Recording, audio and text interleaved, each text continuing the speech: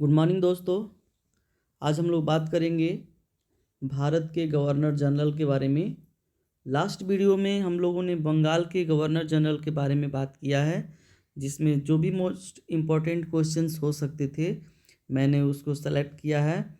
और आपका ये जो हिस्ट्री का सीरीज जो चल रहा है ना, ये सीरीज नंबर 7 है। ठीक है, इसके पहले हमने हिस्ट्री का हिंदी में 6 वीडियो अपलोड कर चुका हूँ। अगर आपने वो वीडियो नहीं देखा हो तो वीडियो देख लीजिएगा। उसमें आपका हिस्ट्री से related most important questions, Indian history से भी रिलेटेड है और वर्ल्ड हिस्ट्री के भी से रिलेटेड भी क्वेश्चन हमने अपलोड किया है। तो 6 पार्ट जो प्रीवियस का है वो आप ज़रूर देखिएगा और उसके बाद इस 7 पार्ट को देखिएगा। दोस्तों, वीडियो अगर आपको लगता है कि आपके लिए हेल्पफुल है और आपको इससे मदद मिल रही है तो प्लीज़ वीडियो को लाइक करेंगे, चैनल को सब्सक्राइब कीजिएगा और अधिक से अधिक वीडियो को शेयर कीजिएगा और सब्सक्राइब कर बेल आइकन ज़रूर दबाइएगा, जिससे आपको इस तरह के वीडियो का नोटिफिकेशन मिल सके। चलिए हम आज डिस्कस करेंगे भारत के गवर्नर जनरल। सबसे पहले क्वेश्चन है स्टूडेंट, 16 नंबर क्वेश्चन से स्टार्ट हो रहा है यहाँ पे। इसके पहले वाले वीडियो में उसमें 15 क्वेश्चन तक हमने डिस्कशन किया है। लॉर्ड विलियम बेंटिक का कार्यकाल था। लॉर्ड विलियम बेंटिक का कार्यकाल था कब से कब तक स्टूडेंट? तो आपका सन 1828 से लेकर के 35 ईस्वी तक। 1828 से लेकर के 35 ईस्वी तक आपका लॉर्ड विलियम बेंटिक का कार्यकाल था। बंगाल का अंतिम गवर्नर जनरल कौन था? तो स्टूडेंट, बंगाल का जो अंतिम गवर्नर जनरल था वो आपका लॉर्ड विलियम बेंटिक था। जैसे ही बंगाल का ख़त्म किया गया तो बंगाल के ही गवर्नर को भारत का गवर्नर जनरल बना दिया गया। तो बंगाल का अगर पूछा जाए कि अंतिम गवर्नर कौन था तो आपका लॉर्ड विलियम बेंटिक था। और भारत का प्रथम गवर्नर जनरल कौन था? तो आपका 1828 में विलियम बेंटिक बना था। नेक्स्ट क्वेश्चन है, किस एक्ट के तहत बंगाल के गवर्नर जनरल को भारत का गवर्नर जनरल बनाया गया? वो कौन सा एक्ट था जिस एक्ट के तहत बंगाल का जो गवर्नर जनरल था उसको भारत का गवर्नर जनरल बना दिया गया? कौन सा एक्ट था? तो चार्टर एक्ट था। कौन सा act? Charter act. Next question है, चार्टर एक्ट लागू होने के बाद भारत का पहला गवर्नर जनरल कौन था? तो विलियम बेंटिक था। देखिए कितनी बार रिपीट हो रहा है, इसका मतलब ये आपका मोस्ट इम्पॉर्टेंट क्वेश्चन है, विलियम बेंटिक। और इसी ने सती प्रथा को भी ख़त्म किया था। देखिए आ गया क्वेश्चन, सती प्रथा को कब प्रतिबंधित किया गया? तो सती प्रथा को सन 1828 ईस्वी में, नहीं 1829 ईस्वी में ख़त्म किया गया। किसके प्रयास से? राजा राम मोहन ने रिक्वेस्ट किया विलियम बेंटिक से और विलियम बेंटिक ने कानून बना करके सती प्रथा को बैन कर दिया। तो मोस्ट इम्पॉर्टेंट क्वेश्चन है, सती प्रथा कब बैन हुआ? तो 1829 ईस्वी में। किसने बैन किया था? विलियम बेंटिक ने। दोस्तों, वीडियो को प्लीज़ लाइक कीजिएगा। किसके सहयोग से लॉर्ड विलियम बेंटिक ने सती प्रथा को प्रतिबंधित किया था? तो सती प्रथा को प्रतिबंधित करने में सबसे इम्पोर्टेंट रोल प्ले किया था राजा राम मोहन राय ने।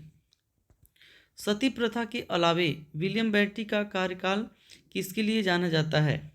तो विलियम बेंटिक का कार्यकाल जो है सती प्रथा के साथ साथ शिक्षा में सुधार के लिए, शिक्षा सुधार के लिए भी जाना जाता है। इसके समय आप जानेंगे कि लॉर्ड मैकाले भारत में गवर्नर जनरल बनकर आया था, तो उसने भी शिक्षा को लेकर के बहुत सारी चीज़ें लिया गया। तो शिक्षा के सुधार के लिए भी विलियम बेंटिक को हम जानते हैं। किस मेडिकल कॉलेज की स्थापना लॉर्ड विलियम बेंटिक ने की थी? तो सन 1835 ईस्वी में कलकत्ता मेडिकल कॉलेज की स्थापना किया था विलियम बेंटिक ने। किसकी सिफारिशों को मानते हुए विलियम बेंटिक ने अंग्रेजी को शिक्षा का माध्यम बनाया था?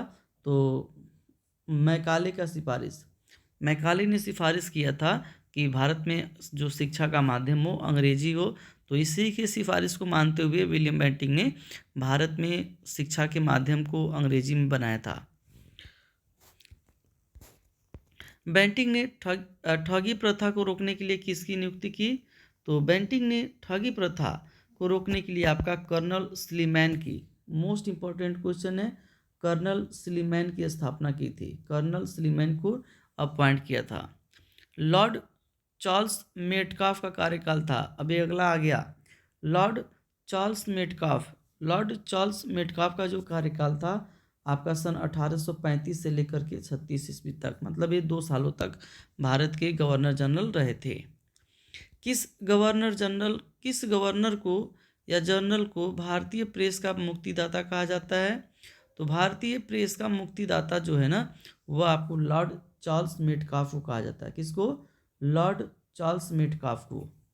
लॉर्ड एलिनबरो का कार्यकाल था, तो लॉर्ड एलिनबरो का जो कार्यकाल था आपका सन 1842 से लेकर के 44 ईस्वी तक। दास प्रथा का उन्मूलन किस गवर्नर जनरल के साथ समय हुआ? तो दास प्रथा का जो उन्मूलन है वह लॉर्ड एलिनबरो के शासनकाल या उसके समय में ही हुआ। ये आपके लिए मोस्ट इम्पॉर्टेंट क्वेश्चन है, बार बार पूछा जाता है कि दास प्रथा का उन्मूलन किस गवर्नर जनरल के समय हुआ था? तो लॉर्ड एलिनबरो के समय हुआ था। किसके समय में हुआ था? लॉर्ड एलिनबरो। प्लीज़ दोस्तों वीडियो को सब्सक्राइब जरूर कीजिएगा। किस गवर्नर जनरल के समय ब्रिटिश हुकूमत में सिंधु को मिला लिया गया? तो सिंधु को कब मिला लिया गया? लॉर्ड एलिनबरो के समय, लॉर्ड एलिनबरो के कार्यकाल के समय कब मिलाया गया था? अगस्त 1843 ईस्वी में। लॉर्ड ऑकलैंड का कार्यकाल था, तो लॉर्ड ऑकलैंड का जो कार्यकाल था आपका 1836 से लेकर के 42 तक। लॉर्ड हार्डिंग का कार्यकाल था, लॉर्ड हार्डिंग का जो कार्यकाल था आपका सन 1844 से लेकर के 48 ईस्वी तक था। लॉर्ड हार्डिंग ने किस प्रथा पर रोक लगाई? तो लॉर्ड हार्डिंग ने आपका नर बलि प्रथा पर, लोगों की बलि चढ़ाई जाती थी, उस प्रथा पे इसने क्या किया था? बैन किया। प्रथम आंग्ल सिख युद्ध किसके समय हुआ जिसमें अंग्रेज जीत गए? तो प्रथम आंग्ल सिख युद्ध जो है लॉर्ड हार्डिंग के समय हुआ था और इसमें अंग्रेजों को विजय हासिल हुई थी और सिख हार गए थे। लॉर्ड डलहौजी का कार्यकाल था, लॉर्ड डलहौजी आपका जो इसका कार्यकाल था सन 1848 से लेकर के 56 ईस्वी तक था और इसी के कार्यकाल में आपका देखेंगे तो रेलवे का डेवलपमेंट हुआ था भारत में। द्वितीय आंग्ल सिख युद्ध तथा पंजाब का ब्रिटिश हुकूमत में विलय किस गवर्नर के काल में हुआ था? तो लॉर्ड डलहौजी के शासनकाल में। लॉर्ड डलहौजी के समय महारानी विक्टोरिया को जो हीरा भेजा गया था उसका क्या नाम था? कोहिनूर हीरा। मोस्ट इम्पॉर्टेंट क्वेश्चन है, कोहिनूर हीरा था जो भारत से महारानी विक्टोरिया के लिए भेजा गया था। किस कमीशन के तहत लॉर्ड डलहौजी ने भूमि कर रहित जागीरों की जमीन हड़पनी शुरू की? तो कौन सा एक्ट था? तो इनाम कमीशन। कौन सा कमीशन था जी? इनाम कमीशन के तहत। डलहौजी के शासन को किस कारण याद किया जाता है? तो डलहौजी ने एक पॉलिसी लॉन्च किया था जिसको व्यापकगत सिद्धांत या डॉक्ट्राइन ऑफ लैप्स के नाम से जानते हैं। इसमें राज्यों को हड़प लिया जाता था, राज्य हड़प नीति के नाम से भी इसको जानते हैं। तो व्यापकगत सिद्धांत कहिए, डॉक्ट्राइन ऑफ लैप्स कहिए या राज्य हड़प नीति सिद्धांत कहिए, इस नीति किसका था? डलहौजी ने चलाया था। डलहौजी ने सिक्किम पर कब और कैसे अधिकार किया था? तो सन 1850 ईस्वी में 2 अंग्रेज डॉक्टरों के साथ बदसलूकी का आरोप लगा करके, सोच लीजिए कैसे कैसे आरोप लगा करके उसने सिक्किम को अपने अंदर कर लिया था। अवध का विलय डलहौजी ने कौन सा आरोप लगाकर किया? कुशासन का आरोप। मोस्ट इम्पॉर्टेंट क्वेश्चन है, पूछा जाएगा अवध का विलय डलहौजी ने कौन सा आरोप लगाकर किया? तो कुशासन का आरोप लगा करके। जिस समय अवध को ब्रिटिश शासन में शामिल किया गया उस समय वहाँ का नवाब कौन था? तो वाजिद अली शाह था। कौन था? Wajid Ali Shah. Most important question. Dalhousie ने अपनी ग्रीष्मकालीन राजधानी कहाँ बनाई? तो डलहौजी ने अपना ग्रीष्मकालीन राजधानी शिमला में बनाया था। कहाँ बनाया था? शिमला में। भारतीय नागरिक सेवा के लिए सबसे पहले प्रतियोगिता परीक्षा की शुरुआत किसने की थी? तो भारतीय नागरिक सेवा के लिए सबसे पहले जो है प्रतियोगिता परीक्षा की शुरुआत आपका लॉर्ड डलहौजी ने ही किया था। डलहौजी के शासन में सबसे पहले रेल की शुरुआत हुई। पहली रेल कहाँ से कहाँ तक चली थी? तो बम्बई से लेकर के थाने तक चली थी। कब चली थी? 1853 ईस्वी में। और इसी के समय लॉर्ड डलहौजी के समय ही भारत में रेलवे का डेवलपमेंट हुआ था। बम्बई से थाने के बीच पहली बार चलने वाली ट्रेन को हरी झंडी कब मिली थी? तो 15 अप्रैल 1853 ईस्वी को। उस समय बम्बई से थाने के बीच चलाई गई ट्रेन ने कितनी दूरी तय की थी? तो 34 किलोमीटर 34 किलोमीटर की दूरी तय की थी। मोस्ट इम्पॉर्टेंट क्वेश्चन है, पूछा जाएगा कितना किलोमीटर चला था? तो 34 किलोमीटर। कहाँ से लेके कहाँ तक चला था? तो मुंबई से लेकर थाने तक चला था। कब चला था? तो 15 अप्रैल 1853 को। नया पोस्ट ऑफिस एक्ट कब पारित हुआ था? तो नया पोस्ट ऑफिस एक्ट जो है आपका 1854 ईस्वी में पास हुआ था। भारत में पहली बार डाक टिकट का प्रचलन कब शुरू हुआ? तो भारत में जो पहली बार हुआ डाक टिकट का प्रचलन आपको 1854 ईस्वी में हुआ था। पहली बार स्वतंत्र रूप से लोक सेवा विभाग की स्थापना किसने और कब की? तो सन 1854 ईस्वी में लॉर्ड डलहौजी ने की थी। सन 1853 ईस्वी में पहली बार लॉर्ड डलहौजी के समय बिजली से संचालित तार सेवा कहाँ शुरू हुई थी? तो कलकत्ता एवं आगरा के मध्य हुई थी। तार सेवा की शुरुआत कहाँ हुई थी? कलकत्ता एवं आगरा के मध्य। बंगाल, बिहार एवं उड़ीसा में अस्थायी बंदोबस्त कब और किसने लागू किया था? तो सन 1793 ईस्वी में लॉर्ड कॉर्नवालिस ने 1793 ईस्वी में बंगाल, बिहार एवं उड़ीसा में अस्थायी बंदोबस्त लागू किया था। जो मोस्ट इम्पोर्टेंट क्वेश्चन है, ये था स्टूडेंट आपका भारत का गवर्नर जनरल। अब हम लोग पढ़ेंगे भारत के वायसराय के बारे में। देखिए, सबसे पहले हम लोगों ने डिस्कस किया था बंगाल का गवर्नर जनरल, उसके बाद भारत का गवर्नर जनरल। अब हम डिस्कस करेंगे भारत के वायसराय। देखो स्टूडेंट, ये व्यक्ति वही है, काम वही है, लेकिन बस इसका नाम क्या हो जाता है? चेंज हो जाता है। लॉर्ड कैनिंग, फर्स्ट क्वेश्चन है, लॉर्ड कैनिंग का कार्यकाल क्या था? तो लॉर्ड कैनिंग का कार्यकाल आपका 1856 से लेकर के 62 ईस्वी तक था।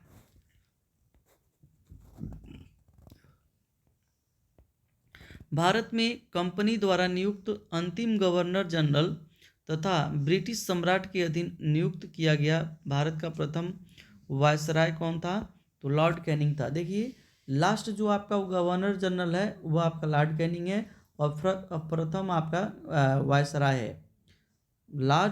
लास्ट जो है गवर्नर जनरल है, और प्रथम आपका क्या है? वायसराय है। कौन? Lord Canning. लॉर्ड कैनिंग के समय सबसे प्रसिद्ध ऐतिहासिक घटना कौन सी थी? तो 1857 की क्रांति के बारे में भी हम लोग लगभग इसके बाद दूसरी वीडियो जो आएगा उसमें हम लोग देखेंगे। कैनिंग के समय किस एक्ट को पारित कर हाई कोर्ट की स्थापना की गई थी? तो Indian high court act.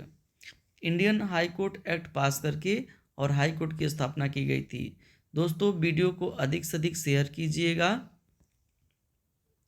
Canning के समय उच्च न्यायालय की स्थापना किन शहरों में की गई? तो उस समय उच्च न्यायालय की गई थी बेटा, जिसमें आपका एक बम्बई था, दूसरा कलकत्ता था और तीसरा मद्रास था। इस समय जो है आपका 25 हाई कोर्ट हैं। कितने हाई कोर्ट है इस समय स्टूडेंट? टोटल 25 हाई कोर्ट इसमें भारत में काम कर रहे हैं। सबसे पहले जो हाई कोर्ट की स्थापना की गई थी कैनिंग के समय ही की गई थी, और सबसे पहले 3 खोला गया था, बम्बई, कलकत्ता और मद्रास में।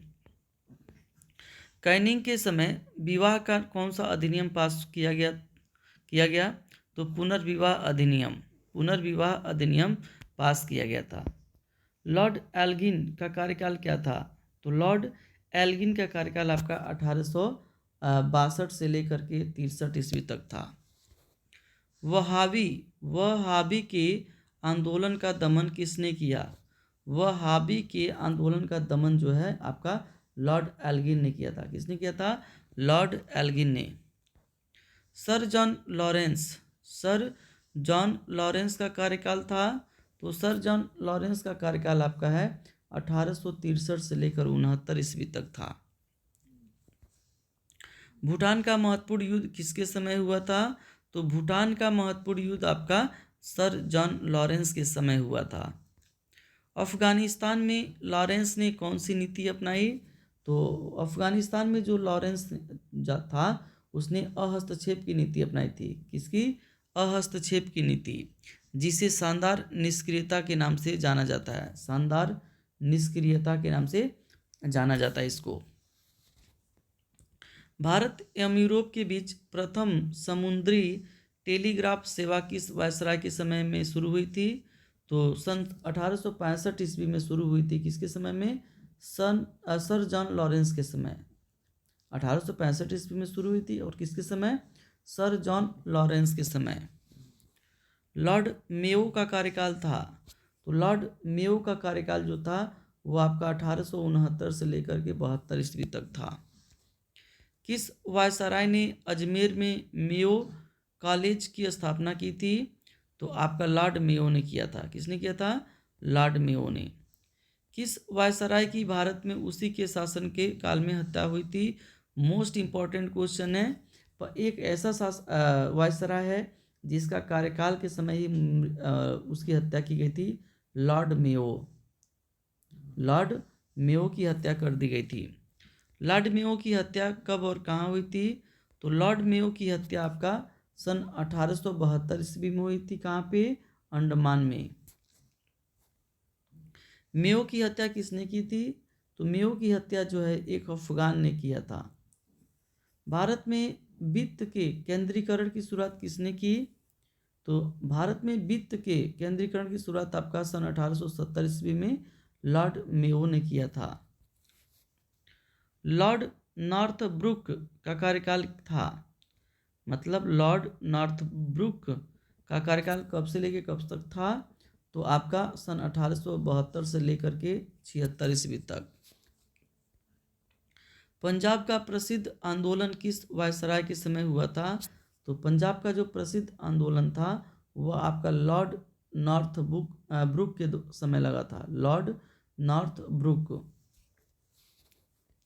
मेरा उद्देश्य करों को हटाना तथा अनावश्यक वैधानिक कार्यवाहियों को बंद करना है, ये कथन किसका है? लॉर्ड नॉर्थब्रुक का। और मोस्ट इम्पॉर्टेंट क्वेश्चन है कि मेरा उद्देश्य करों को हटाना तथा अनावश्यक वैधानिक कार्यवाहियों को बंद करना है, ये कथन आपका लॉर्ड नॉर्थब्रुक का है। लॉर्ड लिटन। लॉर्ड लिटन का कार्यकाल था, तो लॉर्ड लिटन का जो कार्यकाल था स्टूडेंट आपका 1876 से लेकर के 80 ईस्वी तक था। साहित्य जगत में ओवेन मेरिडिथ के नाम से किस वायसराय को जाना जाता है? तो ओवेन मेरिडिथ के नाम से आपको लॉर्ड लिटन को जाना जाता है। लॉर्ड लिटन। लिटन के समय में भारत के किस हिस्से में अकाल पड़ा था? यश राय को जाना जाता था। और इस करें कि लिटन के समय में भारत के किस हिस्से में अकाल पड़ा था? तो बम्बई, मद्रास, हैदराबाद, पंजाब और मध्य प्रांत में। बम्बई, मद्रास, हैदराबाद, पंजाब तथा मध्य प्रांत में। किसकी अध्यक्षता में लिटन ने अकाल आयोग की स्थापना की थी? तो रिचर्ड स्ट्रैची के अध्यक्षता में। लिटन के समय ब्रिटेन की महारानी विक्टोरिया को किस सम्मान से सम्मानित करने के लिए दिल्ली दरबार का आयोजन किया गया था? तो कैसर-ए हिंद। मोस्ट इम्पॉर्टेंट क्वेश्चन है, आपसे पूछा जाएगा। कैसर-ए हिंद की उपाधि देना था रानी विक्टोरिया को। 1 जनवरी 1877 ईस्वी में सम्मानित किया गया था। पूछा जाएगा कब सम्मानित किया गया था? तो 1 जनवरी 1877 ईस्वी में। समाचार पत्रों पर प्रतिबंध लगाने के लिए लिटन ने कौन सा एक्ट पारित किया था? तो वर्नाक्यूलर प्रेस एक्ट। कौन सा एक्ट पारित किया था? Vernacular press act. Vernacular press act की जिद में कौन सा अखबार सबसे पहले आया था? तो आपका राष्ट्रवादी समाचार पत्र राष्ट्रवादी समाचार पत्र आया था, जिसको किसने प्रकाशित किया था? सोम प्रकाश ने। किस समाचार पत्र ने वर्नाक्यूलर एक्ट का समर्थन किया? तो आपका पायनियर। पायनियर जो समाचार था, पायनियर समाचार का नाम है, इसने वर्नाक्यूलर एक्ट का समर्थन किया था।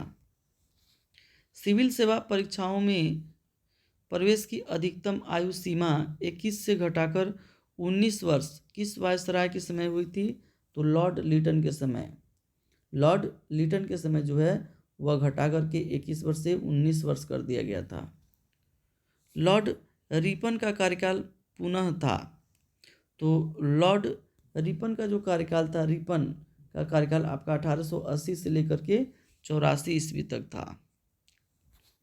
सर्वप्रथम किसने समाचार पत्रों की स्वतंत्रता को बहाल करते हुए वर्नाक्यूलर प्रेस एक्ट को समाप्त कर दिया था? तो लॉर्ड रिपन ने किया था। किसने किया था? Lord Ripon. 1880 से लेकर 84 तक इसका कार्यकाल था। देखिए, एक है लॉर्ड लिटन और ये है आपका लॉर्ड रिपन, कंफ्यूज मत होइएगा। भारत में सर्वप्रथम नियमित जनगणना की शुरुआत कब हुई थी? तो सन 1881 ईस्वी में हुई थी। नियमित जनगणना भारत में कब से हो रहा है? 1881 ईस्वी में। कितने सालों के अंतराल पे होता है? 10 सालों के अंतराल पे। भारत में पहली बार जनगणना कब हुई थी? तो भारत में जो है पहली बार जनगणना आपका 1872 ईस्वी में हुई थी, लेकिन इससे कोई सफलता नहीं मिली।